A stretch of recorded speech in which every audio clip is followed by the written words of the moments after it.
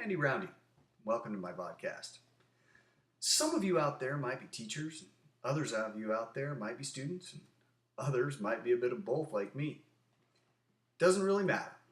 All of us have spent time in a classroom at one point in some capacity or another, and all of us have had a chance to see some really great teaching and some not so great teaching. I'm sure all of us have had a point sometime in our educational career that we've had the following experience. In 1930, the Republican-controlled House of Representatives, in an effort to alleviate the effects of the, anyone? The Great Depression, passed the, anyone? The tariff bill, the Hawley-Smoot Tariff Act, which, anyone raised or lowered? Raised tariffs in an effort to collect more revenue for the federal government. Did it work? Anyone? Anyone know the effects? It did not work, and the United States sank deeper into the Great Depression. Today, we have a similar debate over this. Anyone know what this is, class? Anyone? Anyone seen this before? The Laffer curve. Anyone know what this says? It says that at this point on the revenue curve, you will get exactly the same amount of revenue as at this point. This is very controversial. Does anyone know what Vice President Bush called this in 1980? Anyone? Something DOO economics. Voodoo economics. Ooh, I apologize for any unwanted flashbacks that may have brought about. I'm here to talk about why it doesn't have to be like that anymore. Thanks to all the amazing advances in hypermedia and multimedia technology, we have a plethora of tools available to us that provide exciting new ways for us to teach. Now, if you're not familiar with what multimedia and hypermedia are, then let me enlighten you. Or if you already know what they are, pretend you don't for a second. Let's start with multimedia. Multimedia stands for multiple media, or multiple different formats of media that are put together, such as pictures, video, text, audio, graphics, and you take those and you combine them all in one product. Kind of like what you're looking at right now. Next, we've got hypermedia. Hypermedia refers to media that is linked together in some way or that allows for some type of interaction. For example, a video that has links to a website embedded in the video, or a video, maybe an instructional video, that has a quiz question or questions embedded into the video that students can answer. Those would be examples of hypermedia. Nowadays, the two terms are pretty interchangeable with each other because a lot of multimedia is also hypermedia, like this video. For the remainder of this vlog, I'm just going to say multimedia, but I'm really referring to both multimedia and hypermedia. It's just easier to say the one. I'd now like to take a few minutes and discuss with you some of the relative advantages or benefits of using multimedia instead of the drool-inducing Ben Stein approach we saw earlier. A couple of authors, Robley or Doring, which I probably just butchered their names, wrote a book called Integrating Educational Technology into Teaching. In their book, they suggest three general relative advantages to multimedia. 1. Increased motivation. 2. Flexible learning modes. And 3. Development of creative and critical thinking skills. Let's discuss each of these advantages a little further. First, multimedia is able to increase motivation in both students and teachers because of the variety it can provide. Let's face it, working with multimedia is a lot more fun than doing a worksheet or listening to a lecture. I mean, what other instructional medium can let you do things like this? Even students that typically don't care about school much really enjoy working with multimedia or participating in activities that involve multimedia, at least in most cases.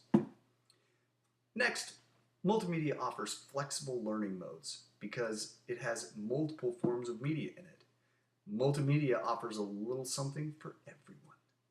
For example, rather than just reading this blog, you're able to listen to the melodious intonations of my voice and gaze admiringly on my handsome profile. Okay, which for some of you is much more engaging. Multimedia can also offer students flexibility in the pace of their learning and how they view it. For example, they can watch a video lecture, rewind it, take notes, check out links to other articles, and view diagrams and charts all from one place, possibly a website.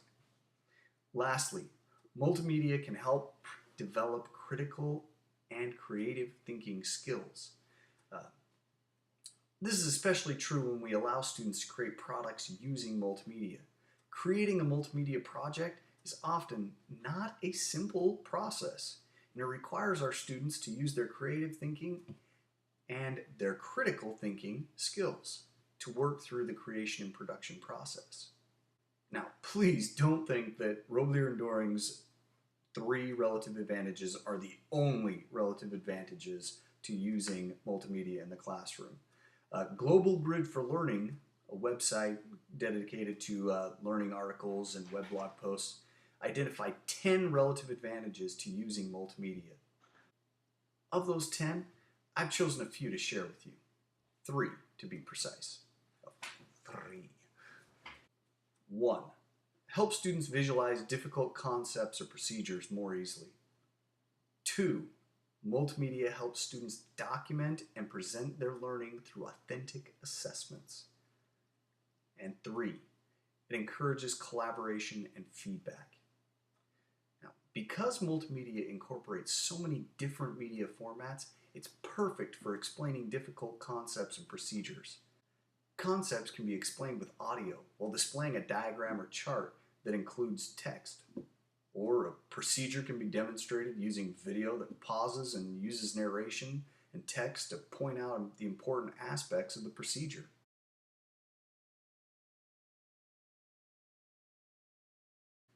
Now, since most multimedia formats allow for the linking of different materials within the multimedia product, it becomes an excellent means of providing for more authentic assessment strategies. Rather than the usual test, multimedia can allow students to demonstrate mastery of their skills in much more authentic ways.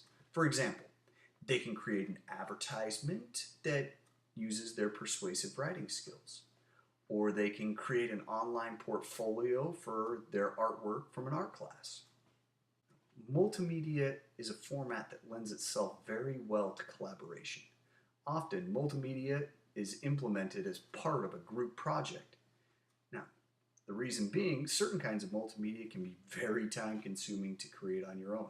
However, when you use it as part of a group project, you've got an excellent collaborative tool. Now, as multimedia has become more accessible and user-friendly, it has also allowed for the quick and simple sharing of multimedia projects. Ooh, got an itch there. On the internet. Students can share their work on the internet. It's amazing. Students can create a project, then they can share it online, enabling them to receive feedback not only from classmates and their teacher, but from people in the outside world. Not bad.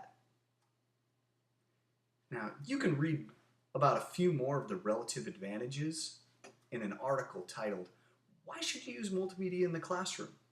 by clicking on the link at the bottom of your screen.